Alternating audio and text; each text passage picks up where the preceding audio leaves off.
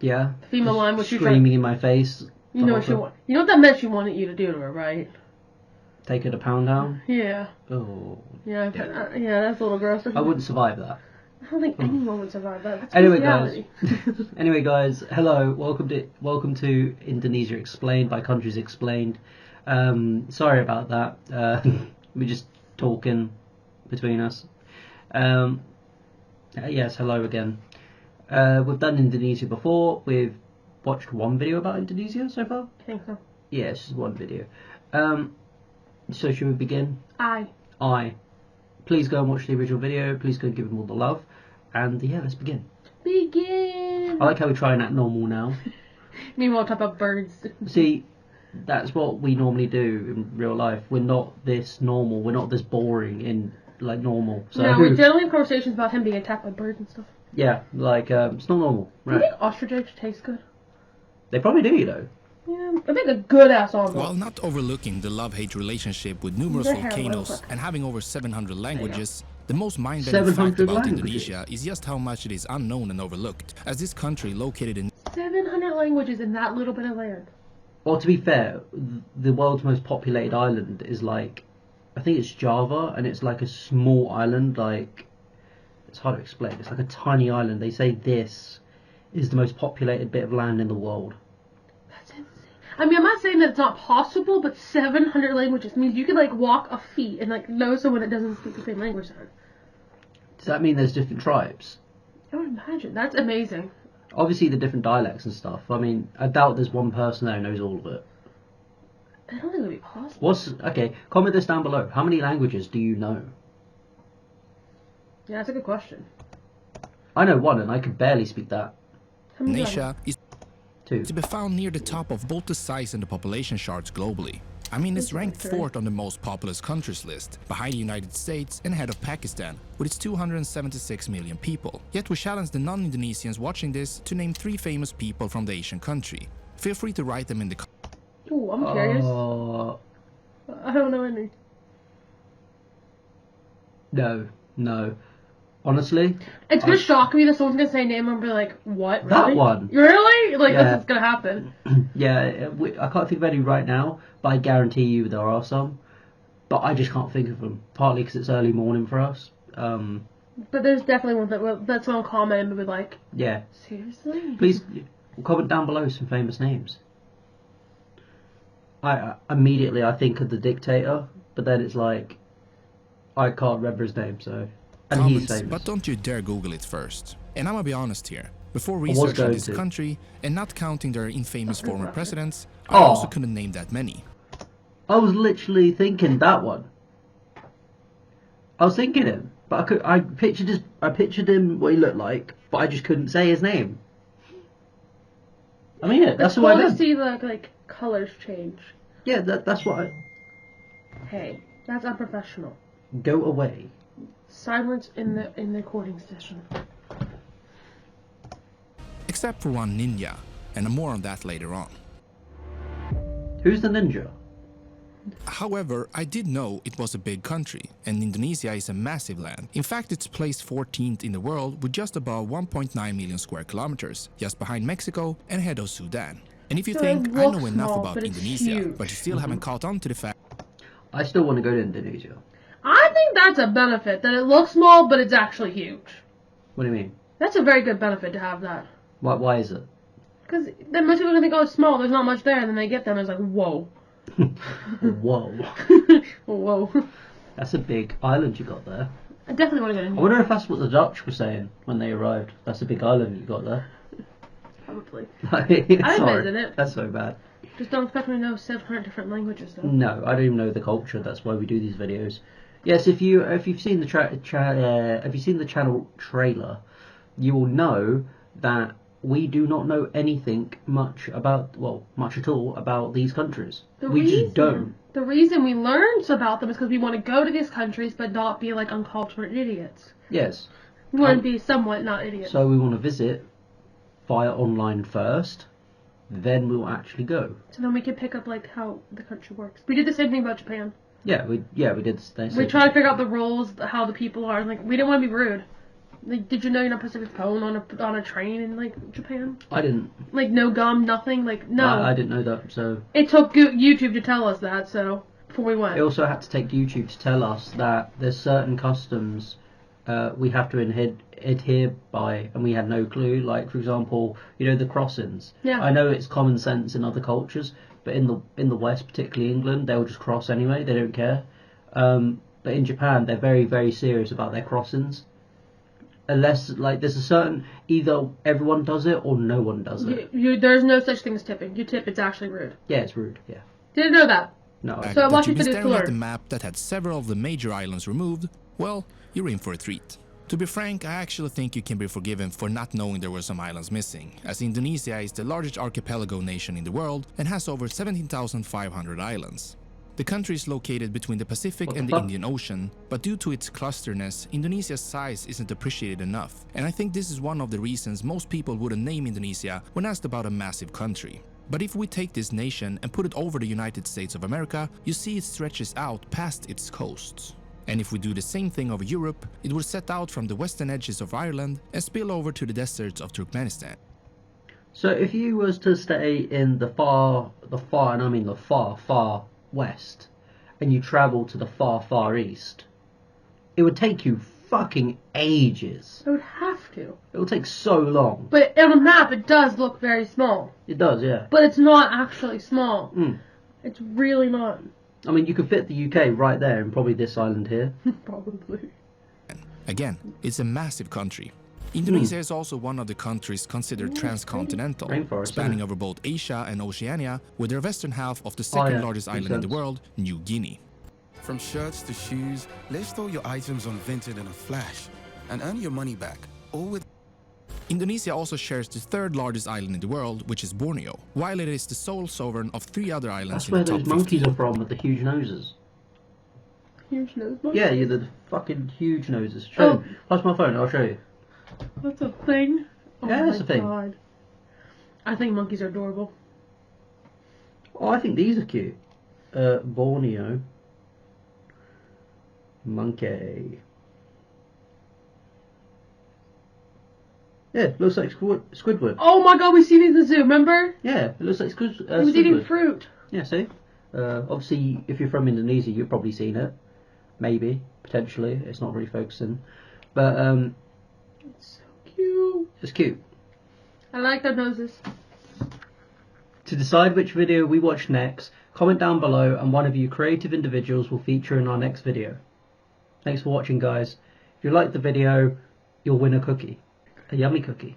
Warning, cookie does not exist. No, Cookie's Ace making his little biscuits. They just get a video of Ace Now making biscuits. now back on with your scheduled video. Being Sumatra, Sulawesi and I've heard Java, of Sumatra. the last of Java. which is particularly mind-blowing, as it is Whoa. the home to 56% of the Indonesian population. Yeah, What, that Java means that alone? this small strip of land holds more people than Japan or even Russia. And that's with the fact that Jesus. this area is just about 124,000 square kilometers, which isn't even 1% of the total landmass of Russia. You see, the population of Damn. this island is so big that if it was a sovereign country, the island of Java would have some of the highest population density in the world, with 1,171 people per square kilometers, ranking in behind the city-states like Monaco and Macau. And all of that even though seemingly other larger Indonesian islands seem like the better fit for a massive population due to larger plains and having far fewer volcanoes. And here is where the love-hate relationship with volcanoes we mentioned comes into play, as the eruptions through ash bring with them minerals that make the lands on Java extremely fertile, that in turn provides the abundance of rice fields required to sustain a large population, like the one in the capital city of Jakarta, which is home to over 10 million people. Now that's more than the entire population of Sweden. On top of this, 5 other cities from the top 15 most populous in Indonesia, which have more than 1 million people, all are adjacent to Jakarta. So it makes more sense to look at the metro. Is Jakarta one of their biggest cities? Like, is this one of the biggest cities in the world? Like, It has to. it has to be. Is it one of the biggest cities in the world? Please comment down That below. means you couldn't go like 5 steps without seeing a person. No, you can't. You literally can't. That's insane. That's so compact. A place with that type of density would have to be like Hong Kong or something. Shanghai. That's insane. I think Shanghai has... I don't know how many millions, but they have a ridiculous amount. Where I only knew this because one of my friend's dads lives there, and he was saying how on a specific holiday the streets are deserted, and that never happens. Like, he's not expected to be there because he's foreign. He's not expected to be there, but all the Chinese are, or majority are, unless you're doing like essential work. So he was saying how it's just deserted. Like, That's weird. Like, it's just a ghost town, and he said it's the weirdest thing ever, particularly in downtown Shanghai. You know what was weird for us though? Because like experience-wise, remember in Japan, like every train station, no matter which one in Japan we saw, was filled. Doesn't matter. We couldn't get on a train. But then remember the tsunami came, but we didn't get the warning on our phone because we're foreigners, and we get to the train station, and there's no one there, and we're like, that's awkward, isn't it? Where's everyone at? And the guy goes, oh yeah, there's one train leaving, that's it. And we're like, oh. We're lucky we woke up when we did. We're lucky we got there. There was like 3 of us left on the train. Because we had other plans that day. Well, I mean, it was 3 of us and an old couple who we let sit down in our seat. But like, but the train was completely deserted. We could have just got another seat. We just chose to stand. And to be fair, like, I know people in the comments are probably thinking, oh, but those elderly people could have just walked to another sea. That's not the point. The train just had abandoned his house because of tsunami. I think that's the least we could do for him. Yeah.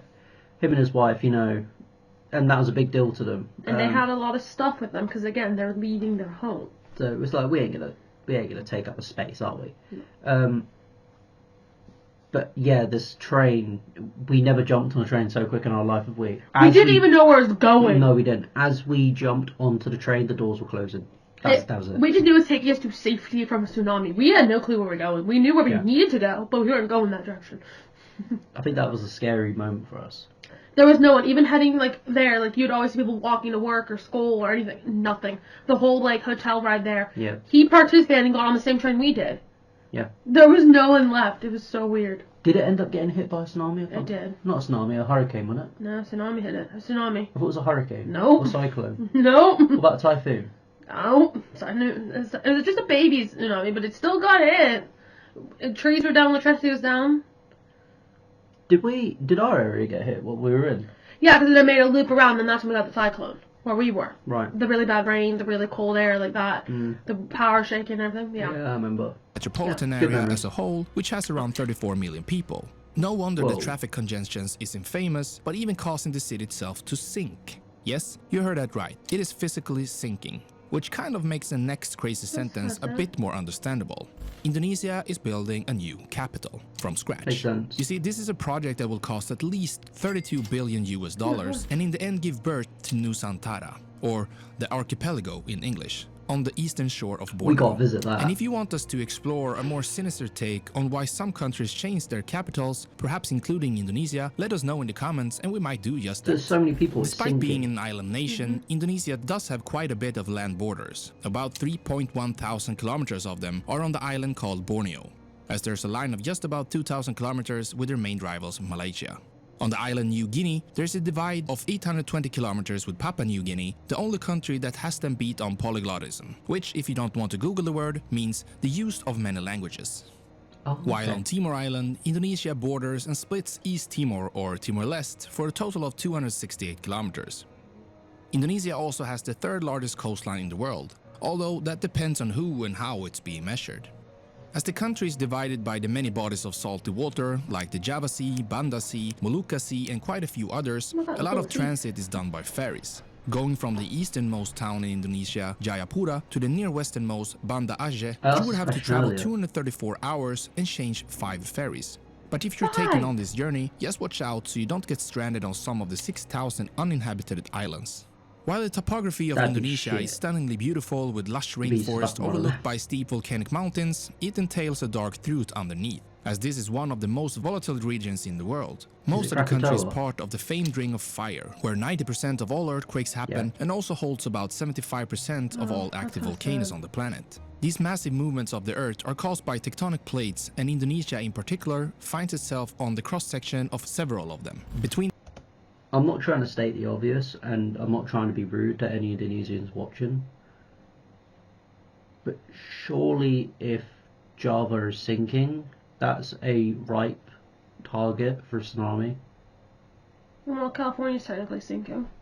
No, I mean they're sinking. So is California. Is it because that many people? Los Angeles is sinking. Well, because again, it's on two plates. Again, when the two plates cross, it's not the best thing. It's just an unfortunate luck in geography. Right. That's how you got to look at it. Yeah, it makes sense. I mean, right there's 3 plates here meeting. There's one here. This is the one that always moves. In the 2 continental plates, the Australian and the Eurasian, but also between the 2 oceanic plates, the Pacific and the Philippine Sea plate. The subduction of the Indian plate beneath the Eurasian is what made the volcanic arc, stretching across Sumatra, Java, Bali, and the smaller islands to the east. And since the year 2000, this area has suffered 18 earthquakes of strength 7.5 or higher on the Richter magnitude scale, which is the same power as the massive event that hit Turkey in 2023. In 2004, the joint second strongest earthquake ever recorded happened off the coast of Sumatra, causing a massive tsunami that caused tremendous destruction in its path. So. And naturally, since the location of the quake, Indonesia was hit hard, and the damages caused massive problems. And with 147 volcanoes, 76 of which are active, Indonesia pays a heavy price for its heavenly luxuries like the shallow seas and coral reefs. And speaking of beautiful places, one of the world's most famed resort spots is Bali. An Indonesian tropical island with amazing weather, like most of the country. You see, the equator cut. I'll visit Indonesia, but I'm not going to Bali to deal with tourist bullshit. Really? You don't want to go to Bali? No, it's all tourists. It's all partying and drinking. When do I party or drink? Yeah, true. Good point. Through I actually several want of to the enjoy Indonesian the islands, country and the resulting in a culture. climate Yeah, that I agree. stays rather Not the consistent resorts. throughout the year, with only 2 seasons. The dry one from April to October, and the rainy season from November to March. Although the humidity is quite high, as it sits between 70 to 90%. So naturally, tourists flock to Indonesia, and the country had over 16 million international arrivals in 2019. Most of them coming from Malaysia, China, Singapore, and Australia. Indonesia also holds the highest peak of any island in the world, Puncak Jaya, which also is the highest peak of the country and is located in the far east on the island of New Guinea and stands at 4,884 meters. Due to Indonesia's size and fertile climate, this country has one of the highest levels of biodiversity, resembling Australia in that spectrum. You see, Indonesia has more species of mammals than any other country in the world, there's a monkey. 515 of them to put a number on it, but none of them are more alien-like than the pygmy tarsier. And when I think about it, it's looking very much like a Furby as well. But 2 other animals endemic to the area are more famous than most of the celebrities from the country, and those are the orangutan and the Komodo dragon. The latter one being the official national animal of the Republic. And let's be frank dragons, here. those big dragons we saw in the zoo, those are Indonesian then. Yeah. They're so cool. I'm just smiling so big now I've seen my monkey. Or I like the Furby creature. Yeah. But so that Komodo dragon that we saw a few weeks back at the zoo, that's where he's from, is Indonesia. Yes. They're beautiful. They are. This must be some kind of dinosaur. While the fauna doesn't fall behind in terms of variance, as the giant Padma most beautifully illustrates, how come we all know so much about orangutans and the Komodo dragons, but so little about the people that they might or may not eat? To fix that, we must delve into history, which is as complex as its geography. The established story states that 4,000 years ago, the Austronesians descended from Taiwan across the sea first settled on the island of Sulawesi. In the 7th century AD, the Srivijaya naval kingdom flourished, controlling the passages between China and India based from Sumatra. And this was an important point for the expansion of Buddhism until the 12th century, although Hinduism coexisted in the region. On Java, the Buddhist Shailendra dynasty left behind the religion's largest temple, Borobudur, and not far from it, around 35 kilometers, the Hindu Mataram dynasty bestowed upon the world its temple, Prambanan. Both were built in the same century, yet today, not even 3% of Indonesia's population is Buddhist or Hindu combined. Javanese kingdom Majapahit was the last great pre-Islamic power, controlling much of today's Indonesia, but also parts of mainland Malaysia, before coming undone in the early 16th century. But long before its demise in the 13th century or even the 9th century, depending on the sources, Islam started spreading throughout the region, and it spread not by conquerors, but by traders and religious figures following them, resulting in Indonesia today being the most populous Muslim majority state with nearly 87% of the population following its teachings. Alongside Islam, about 10% is Christians, Catholics and Protestants combined. Right. So, despite having... Hang on, I'll start afterwards. Go away. In the 6th... So despite being like Hindu or Buddhist for a long time, the modern day citizens aren't even that really. They're Christian, Protestants, and the majority Muslim. Because of trade. That's insane. So it's actually a very peaceful way to put a religion on people, though. Like, peaceful. By trades and stuff. Yeah, I guess. I think that's peaceful. I mean, I think about how some people got their religions in their country and how sad it is. So. Yeah, you could like think of the Crusades and stuff. Yeah, like it was just by trade. That's really cool. So no one's spreading what they believed in and taught people. I think that's pretty cool, actually. In the 16th century, the natural richness of the area drew in the European colonizers, with the Portuguese arriving first. Yet their influence was overshadowed by the Dutch, hence the ratio of Catholics and Protestants. Interestingly, the Dutch didn't manage to make the language stick as other colonizers did, which might be one of the reasons why Indonesia isn't so prominent in the global culture. But it is in colonialism that Indonesia draws its name from, though, as it was coined by an English ethnologist named George Windsor Earle, who coined the term Indonesian. The Europeans named the region the East Indies due to its position aligned to India, while the locals most commonly used the term you now might be familiar with, Nusantara. Through its infamous Dutch East India Company, the Dutch ruled over the archipelago despite many rebellions, all until World War II, when the Japanese Empire conquered entire Southeast Asia except Thailand, which we talk about here, but including Indonesia, with support from some of the local nationalists. The Japanese were another menace for the locals, who drained the land and the people of their resources. Luckily, that didn't last long, as in 1945, after Japan's capitulation, the leader of the nationalists, Sukarno, became the first president of Indonesia and served until 1967. The country's sovereignty was recognized only in 1949 after a conflict with the Dutch helped by the Brits, which cost the Europeans around 6,000 lives and the locals somewhere between 25,000 to 100,000. Sukarno now had a massive diverse country to run, all while he was leaning towards socialism in a deeply religious country. And in an event that to this day is shrouded with mystery and theories, in JFK. Oh, thank God, I thought you were going to say someone else. I was like, do you know who that is? Yeah, JFK. 1965, the army reacted to a coup attempt, blamed the communists for it, and then in merciless purges killed up to 1 million of them. This happened around the same time as the peak of the Cold War, and it's not surprising that many sources claim that the shift was orchestrated by the intelligence agencies of the United States and UK. Major General Suharto took power in 1967 with his... Well, that's awkward. It's our two countries. I mean, to be fair though, our countries are fucked around with a lot of countries. I mean, my country didn't become a superpower overnight. I mean, you know what I mean? It fucked and found out. That's how it went. Yeah. I mean, my country's still a baby if you think about it. It's a baby, yeah. If you think in the term of the world, my country's still a baby. Mm-hmm.